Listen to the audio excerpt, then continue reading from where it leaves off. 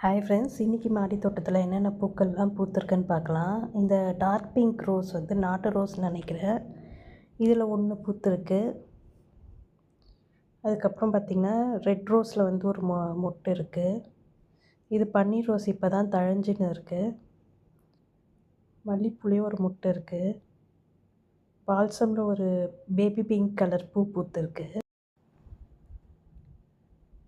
இந்த red rose பார்த்திங்கன்னா ஃப்ரீயாக வந்த செடி தான், ஆனால் நல்லா பூக்குது.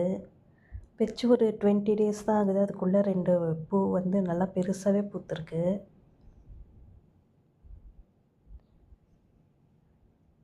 இந்த செடி பார்த்திங்கன்னா நான் சாதா மல்லின்னு நினச்சேன். ஆனால் பார்த்திங்கன்னா அடுக்கு மல்லி, உள்ளூர் மல்லின்னு சொல்லுவாங்க இங்கே. அந்த மல்லிப்பூ தான் மொட்டு வச்சுருக்கு. இந்த பிளான்ட் வந்து ரொம்ப நாளாக மொட்டு வைக்கல. ஒரு 4 மந்த்ஸ் கிட்ட ஆயிடுச்சு. இப்போ தான் 2 மொட்டு வச்சுருக்கு.